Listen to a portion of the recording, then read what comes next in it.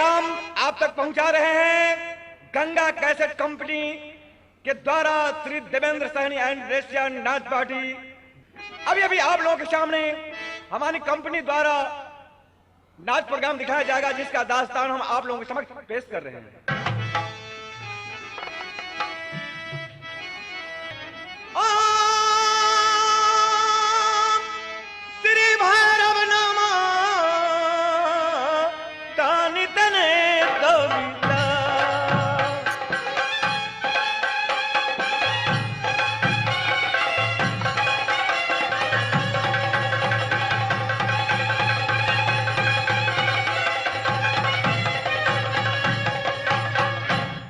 श्री भैरव नमा तानी तने तो विशाल, चक्र डांड त्रिशूल विराजत और गर्जत कली का कपाल।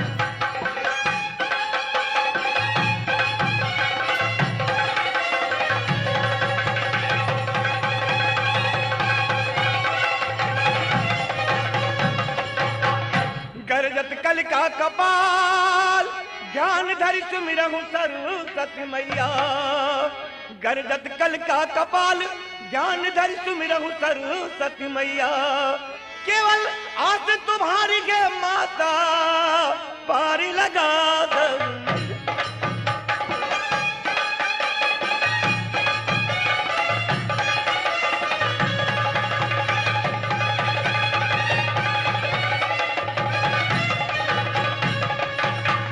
पार लगा दहु नैया। हे माता सरस्वती सभा बीच मर रैया।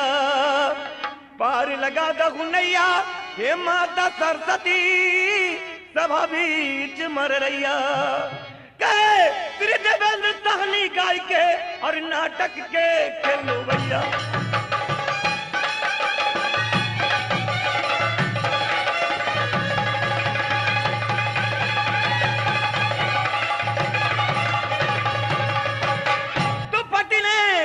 पटन देवी विराजे और दरभंगे की दुर्गा मैया।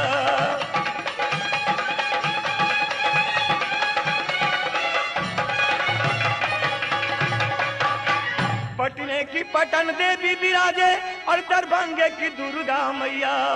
आसनसोल हनुमान गोसाई और कलकत्ते की कलिका मैया।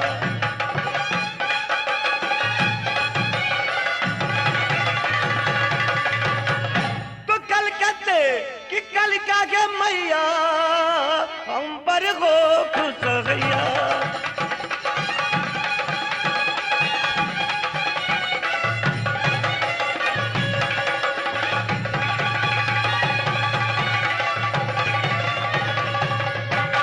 तो देखो गुलशन सैकड़ों और सुना हजारों।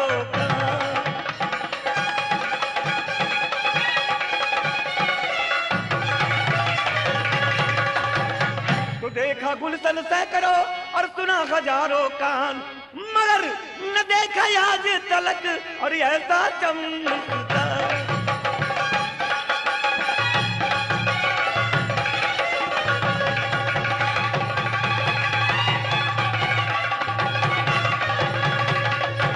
तो ऐसा चमनिस्तान बेशक होगा कहीं जमी पे। ऐसा चमनिस्तान बेशक होगा कहीं जमी पे। मोगरा मोती बेला चमेली और नरगिस कहीं कहीं पे।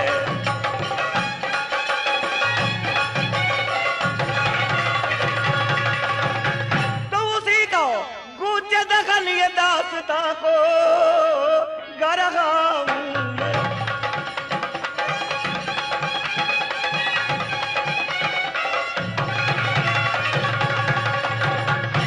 का गूंजे दहल ए दास्तां को गा रहा हूं मैं। तमाशा झगड़ू बद दिखला रहा हूं मैं।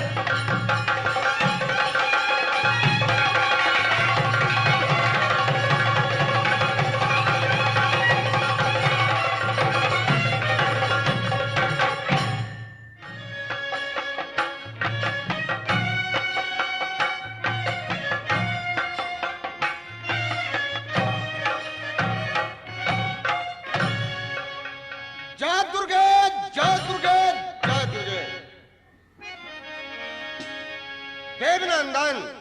जंगी महाराज, नागर मोहब्बत की समाचार सुना भैया।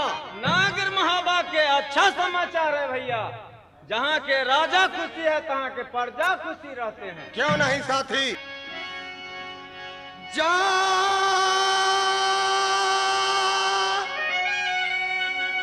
कदमा तेरी है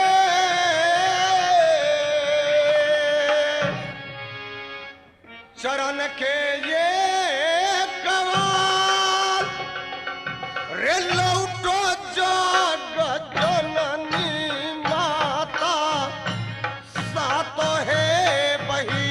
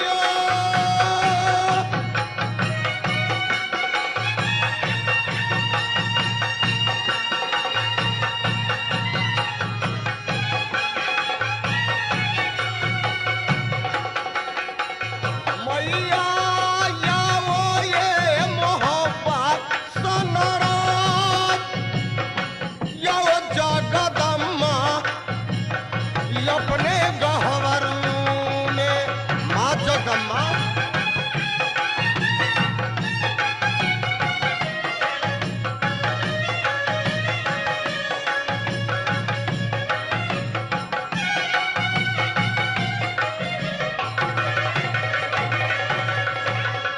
बचपन के उजारी बहुआ उदला जगदम्बा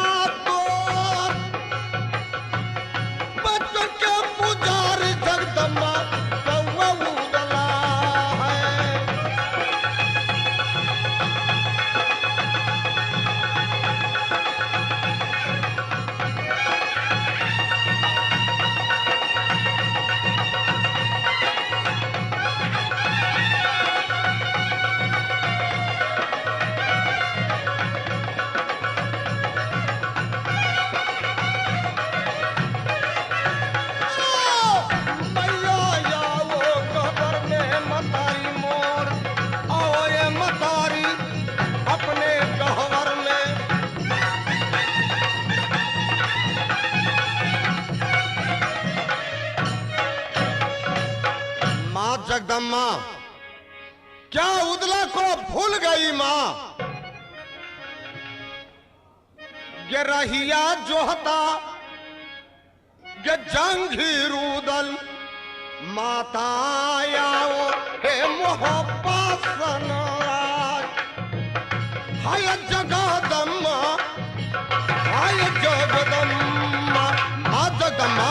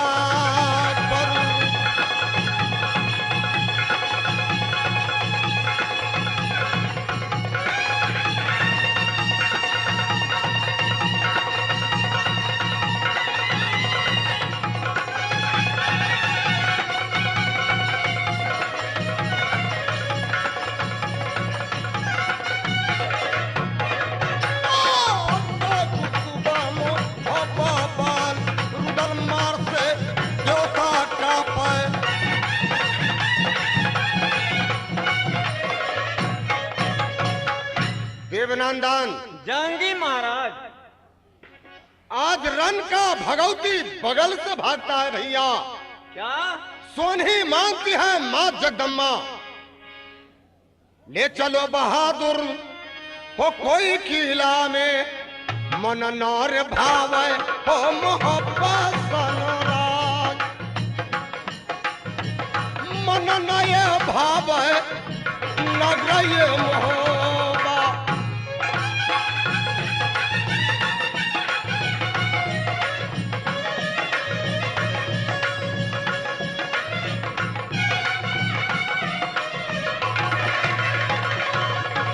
बैठो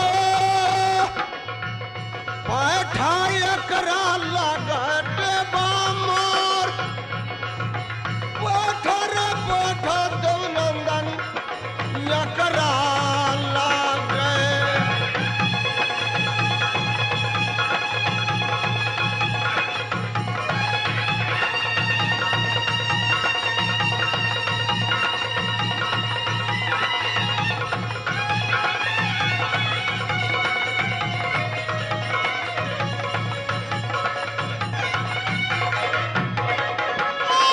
पीछा चट गई तलवार, घोड़ा नाल में बिच्छू पिया गए।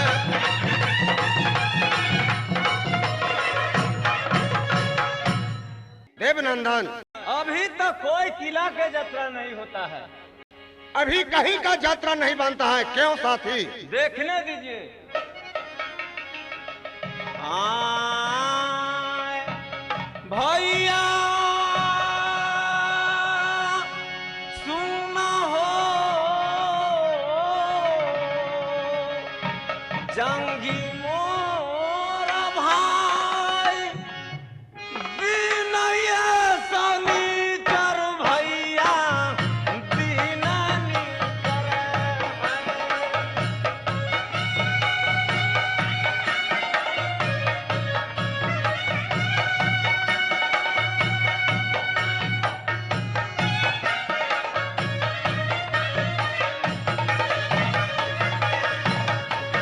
दीन हो शनिचर हो नीचर लागे। दिन शनिचर नीचर है।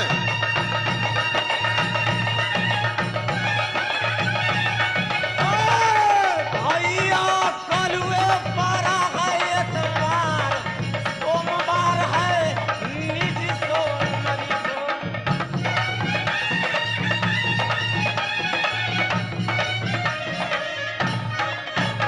जंगी महाराज, देवनंदन, तीन शनिचर निचर होते हैं। बिहने बीत गई एतवार, देवनंदन, सोमवार सोमरी होते हैं।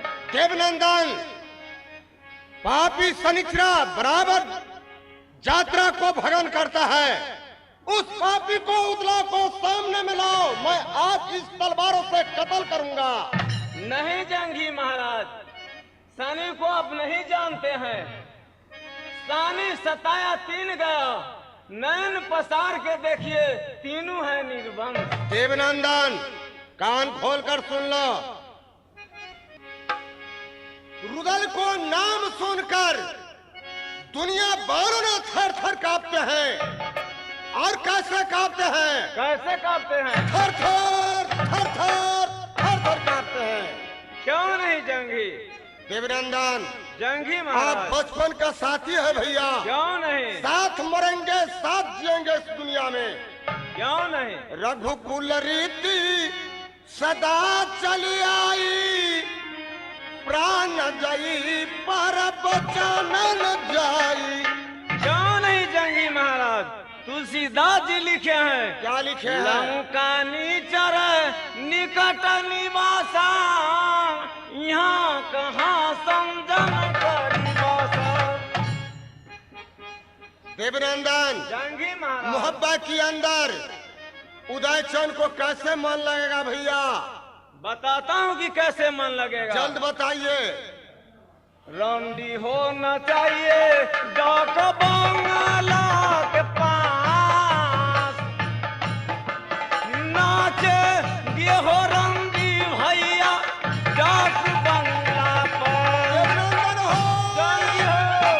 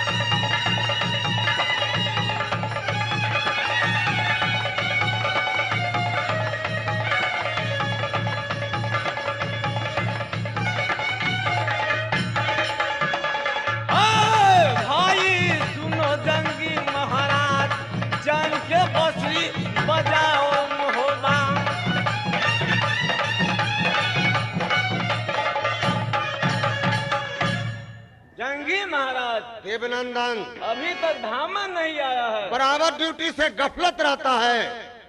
ठीक है, बुलाते हैं। जल्द बुलाइए। धामन आ रहे हैं। क्या करता है? खाना घर में खाना खा रहे हैं। क्या पैखाना घर में खाना खाता है? जी हुजूर। पानी कहाँ से लाता है? अपने साले मौसे के मुरी से। धामन हमको बुला रहे हैं। न तुमको बाप को बुलाते हैं। हमको बाप को बुलाइए, हम